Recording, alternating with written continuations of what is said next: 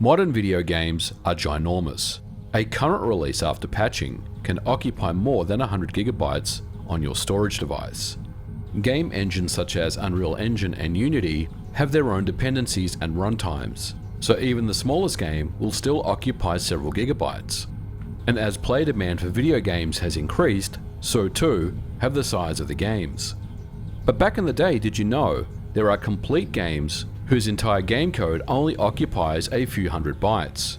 That size is smaller than an average icon that sits on your desktop. Entire galaxies containing potentially billions of star systems would fit on a single floppy disk, and developers would program as close to the metal as possible, building games in assembly or even straight machine code with every single instruction carefully crafted to ensure that they had enough RAM to fit their games into.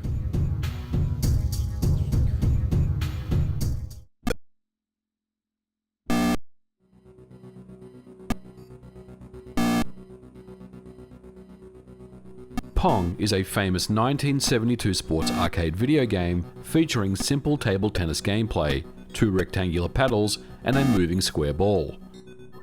But the original version of Pong did not contain a software program in the modern sense. There were no general-purpose microprocessors regarding gameplay. There was no ROM. Instead, Pong was implemented using discrete electronic logic. The movement of the ball, the paddles, collision detection, scoring, and video timing were produced by circuits wired directly to the board. Its software footprint is 0 because there is no stored code to measure against. Technically, Pong is one of the smallest games ever created. However, as we will soon see with the birth of home computers, developers would find ways to build larger games with extremely limited memory space. Last night, I was lost in the jungle with Pitfall Harry, surrounded by giant scorpions and man-eating crocodiles. In 1977, Atari would release the 2600, or the Atari VCS. Its games were stored in ROM cartridges and executed by a 6507 microprocessor, but the base console only contained 128 bytes of RAM. This would be the entire writable workspace of the game. Play coordinates, enemy coordinates, scores, timers, animation counters, collisions, random number generation, inputs, calculations. All this code needed to fit in this small amount of memory. And to make things more interesting, the Atari 2600 had no conventional frame buffer. Instead, the console would generate the video signal directly. The game program had to update graphics registers at precisely controlled movements while the television electron beam moved across the display. This technique is known as racing the beam. The processor only had a limited number of cycles available for each scan line, and if the program updated a register too late, part of the image would be displaced or missing. There was no separate graphics processor assembling the scene in the background. The game was effectively drawing the screen in real time. Some of the most well-known Atari VCS games, including Adventure and Pitfall, would occupy 4 kilobyte cartridges. Pitfall would generate a sequence of 255 screens using a compact algorithm rather than storing 255 complete screen descriptions. Each screen's layout was represented as a single byte, and that byte that holds the layout of the current room is split into 4 parts. Remember that a byte contains 8 bits. In Pitfall, bits 0 to 2 contains information about the object spawns. Bits 3 to 5 contains information about the type of pits and the player encounters, and 6 and 7 contains background information about the types of trees.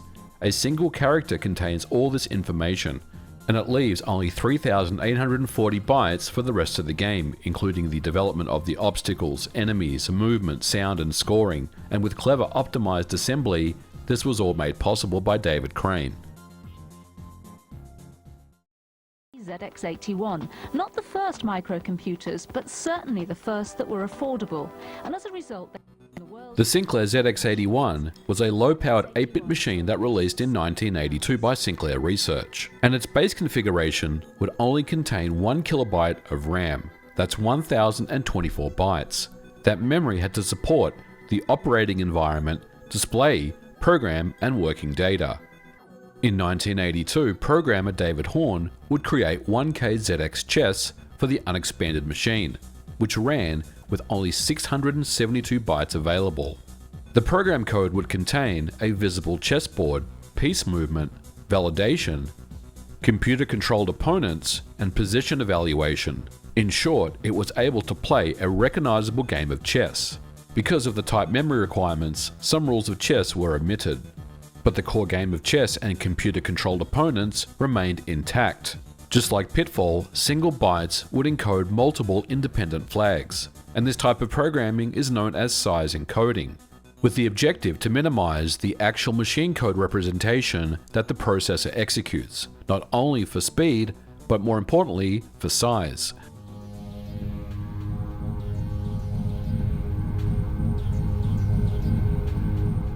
In 1984, David Braben and Ian Bell released Elite for the BBC Micro.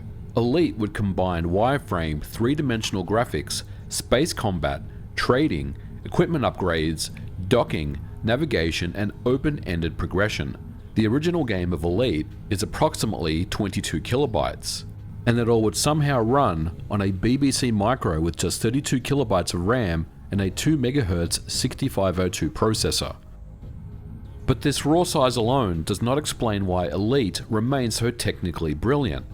The game contains 8 separate galaxies, each containing 256 different star systems, that produces a total of 2,048 systems.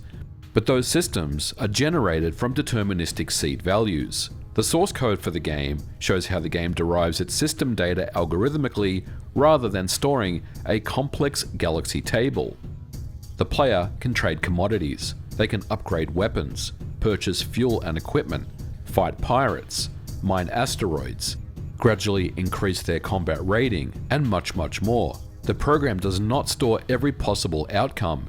Its compactness comes partly from procedural generation, but also from systemic design.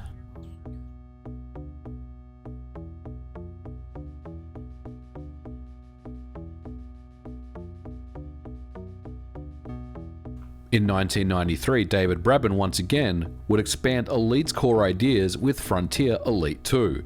Frontier retained the open-ended structure of Elite, but increased the physical and systemic scope dramatically.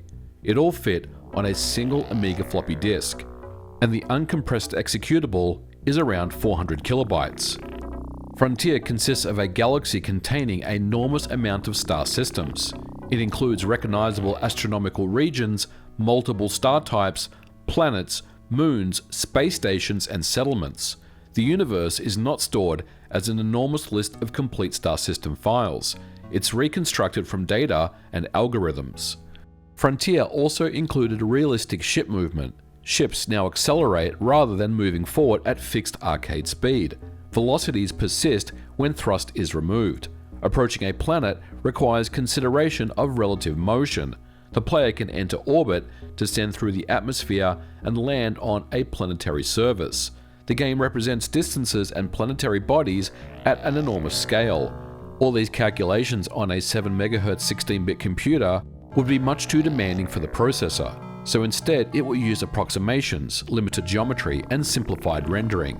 Once again developed with 100% assembly language, Frontier would combine low-level control with procedural reconstruction and simulation-driven gameplay. The result is a game whose perceived world is much larger than the stored representation.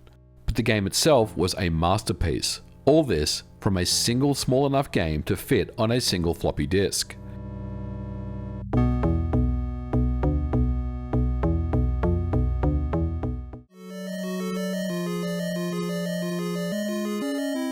The Legend of Zelda for the NES was a massive game, comprising of a large overworld and 2 massive underworlds, but the game code was very small.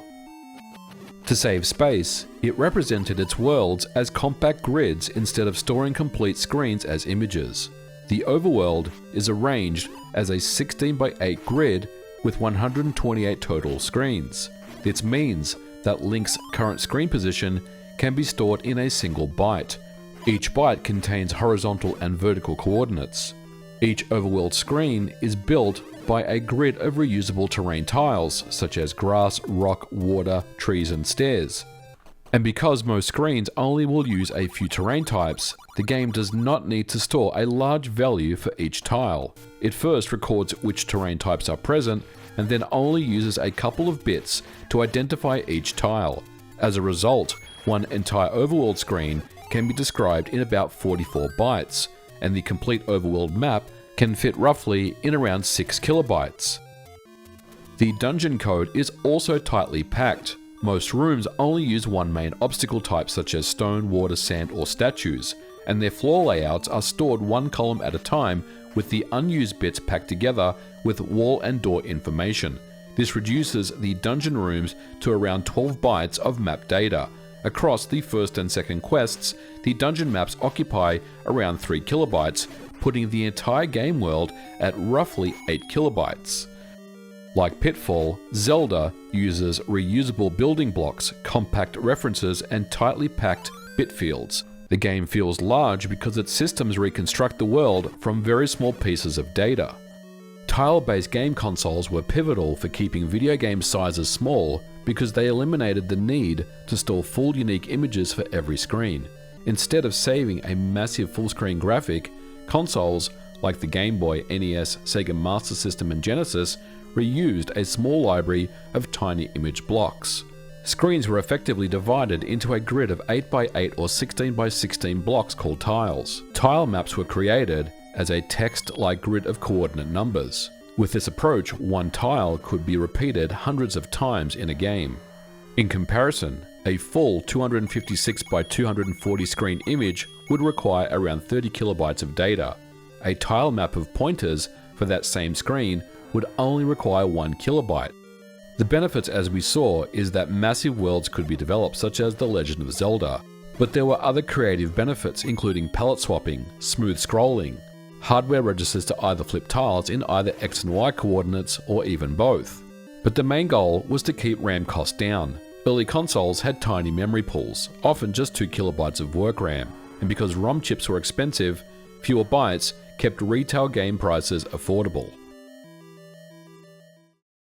Because game consoles are closed environments and traditionally use cartridges and then later optical media, much of the time we don't consider the actual technical limits. The PlayStation 1's CD technology opened up games to a wide audience, thanks to its massive storage that could hold large worlds, full-motion movie videos, and CD quality soundtracks. But breaking that down to its simplest form, the PlayStation only had 2 megabytes of RAM, which is half of what the N64 had at the time. CDs would replace conventional floppy disk swapping by accessing code and data it needed on disk by seeking it. But there still needed to be a resident program or game code that ran to orchestrate it all, and that game code needed to fit in the small memory requirements of game consoles. In the mid-90s, Naughty Dog wanted to build a 3D platformer that was detailed with complex geometry and textures, but the PlayStation's memory restrictions would make this challenging via traditional means. However, the developers would build an entirely custom virtual memory manager and use the CD itself as the swap file. In Crash Bandicoot, levels aren't loaded in entirely, they are constantly streamed from the disk into the tiny 2 megabytes of PlayStation memory, and by dynamically swapping data in and out, the game achieves a level of fidelity that was simply never seen before. While technically speaking, Crash Bandicoot isn't a small game, as it does need the entire CD for its game and assets to run, its executable is tightly compacted, well optimized, and orchestrates a gaming experience that Sony engineers when developing the PlayStation had never even considered. And of course, there are many more examples. And if we go back and look at the best-selling games of all time, many of them had to make the most of limited resources, and were optimized and targeted specifically for the machines that they were built for. We often would talk about a developer using assembly language or machine code to get maximum speed, but often assembly language was also used to minimize space. Bitwise manipulations were possible, clever shortcuts to minimize code and maximize speed. Other tricks included self-modifying code and the time taken to run a sequence machine of code instructions. And much of the time developers were targeting one platform, one clock speed, with no UI. Optimization was focused on that specific platform. Of course, back in those days, old games were indeed limited. Limited color palettes, screen resolutions, memory. But it's still amazing to think that someone developed a game of chess in just 1 kilobyte of RAM. Bye for now.